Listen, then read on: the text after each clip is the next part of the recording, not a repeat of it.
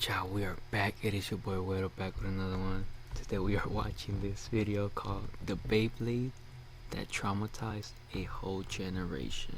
Let's get right into it, y'all. Around for as long as you can remember. From the first original plastic generation released in 1999 to our current Beyblade generation, Beyblade X. With over 25 plus years of history, the franchise has introduced countless iconic I remember these ones, the Metal Fight 2008 ones, those were fire.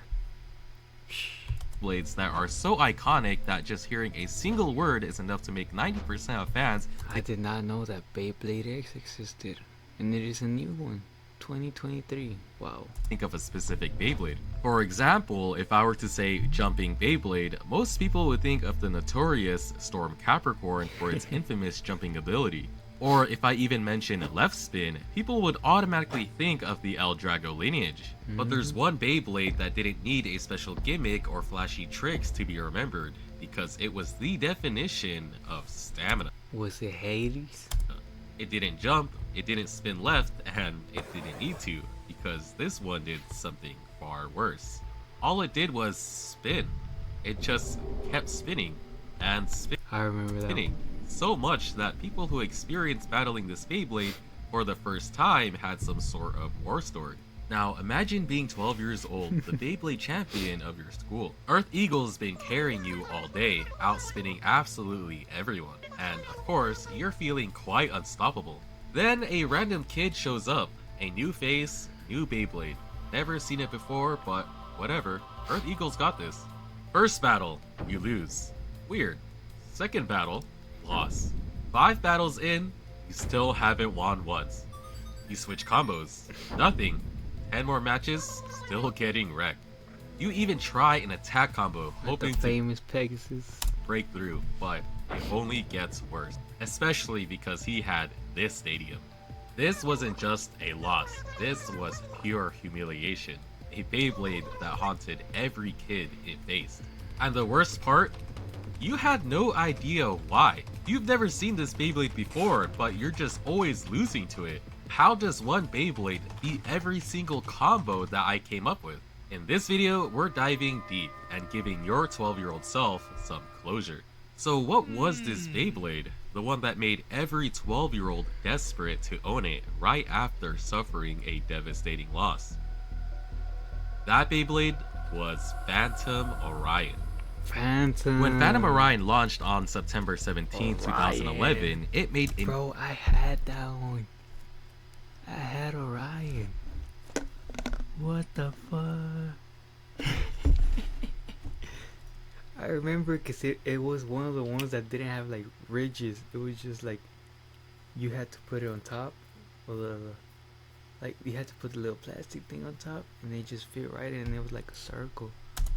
Immediate waves in the Beyblade community due to its build. To give some context, Takara Otomi, the company behind Beyblade, often designed releases with a sense of thought and balance behind it. Typically, one part of a Beyblade, like the fusion wheel and or the tip, would be strong enough to compete at a high level of its own, but it would also be paired with other parts that were just quite average. This created a— but it would also— My cousin had this one. Like the exact same one that's showing right here. He probably still has it. also be paired with other parts that were just quite average. This created a sense of fairness to each stock combo while still offering standout components. But Phantom Orion was different. It was probably one of the most overpowered stock Beyblades ever released because of how every single one of its parts, from its unique 4D tip to its intricate fusion wheel, helped it achieve the highest stamina potential in the game, giving it— It was the craziest one, to be honest. Listen to this, y'all. I'm gonna pop my back. Oh my god. That was a good one. That was a good one. Let's keep watching. the ability to spin over 7 minutes on record, which is more than 2 times the average spin duration of any Metal Fight Beyblade, But it was because of the tip it had. It was like wide, then skinny, and then wide at the top. So all the weight of the Beyblade just kept—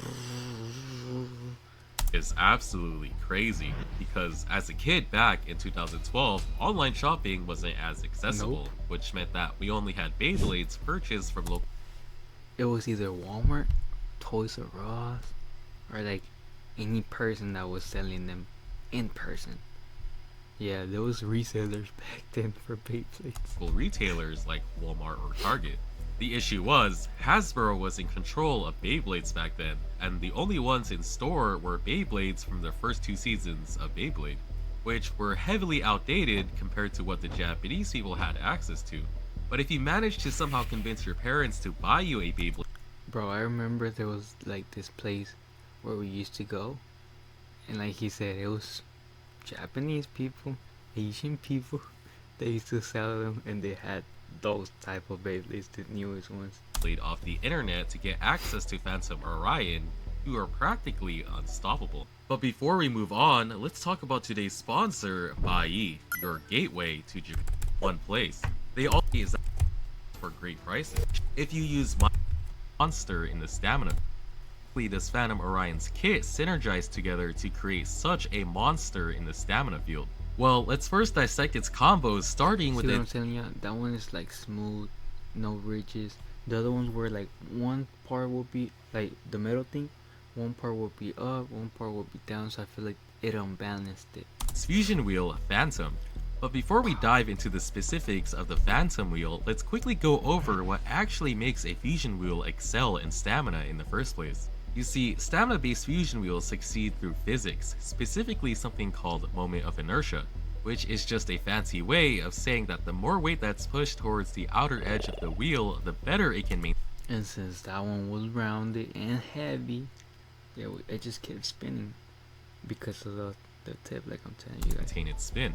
Kind of like an ice skater, when they extend their arms, they spin slower but for longer. The same principle pretty much applies to Beyblade.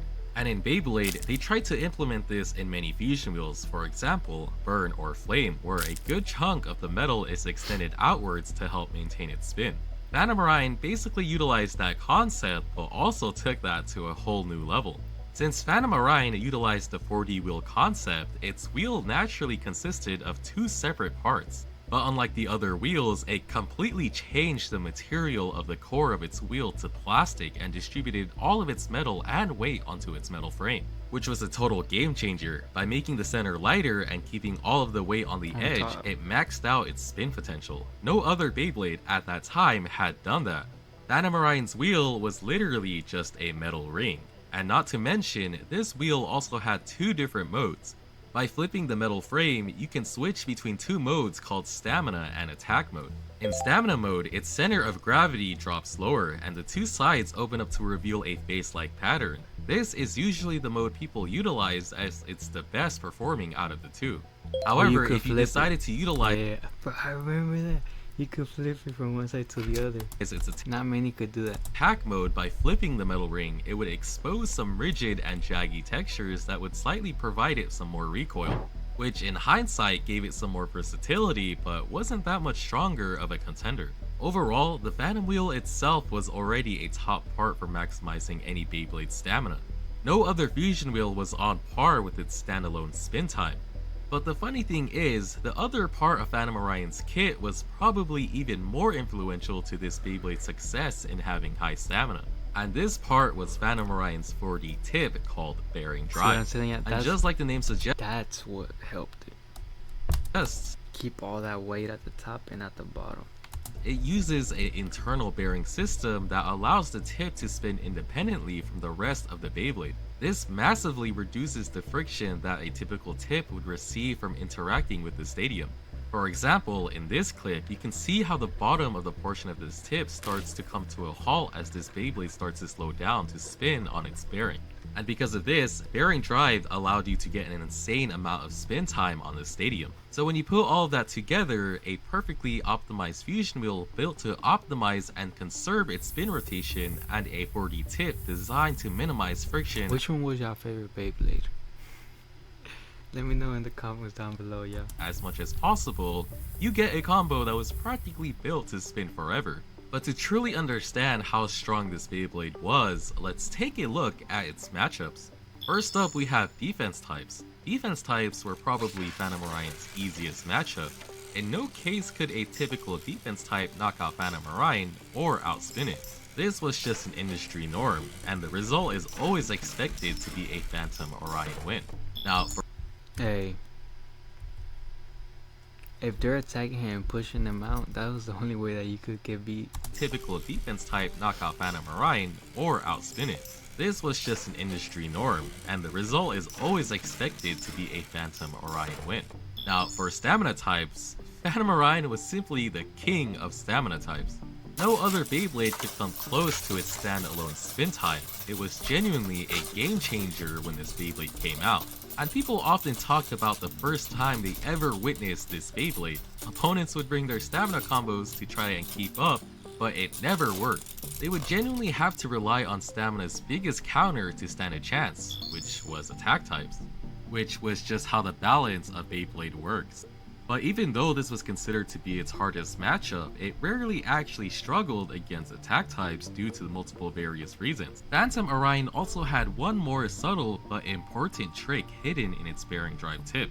When the bearing drive tip tilts in battle, more of the free spinning plate makes contact with the stadium floor. The increased surface contact causes the free spinning plate to slow down, which shifts Phantom Orion to spin onto the bearing core, which then also changes its movement pattern as a result.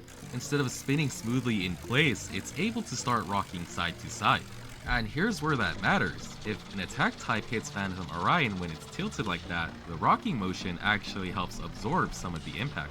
Rather than flying straight out in the direction of the hit, Phantom Orion can shift its momentum slightly and redirect the force. It's kind of like when someone falls from a height. If they just land stiff, they're more likely to get hurt, but if they roll with the fall, they spread out the impact and come out way better. Phantom Orion does the same thing. Instead of taking a direct hit and flying out, that rocking motion helps it roll with the wind. That rocking motion helps it roll with the wind.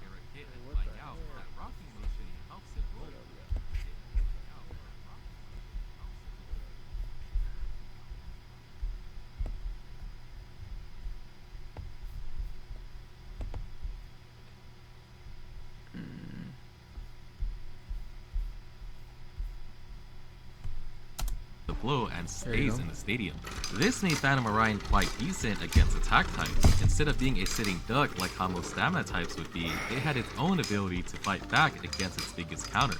And that's what made Phantom Orion stand out. Phantom Orion wasn't just good, it was in a league of its own.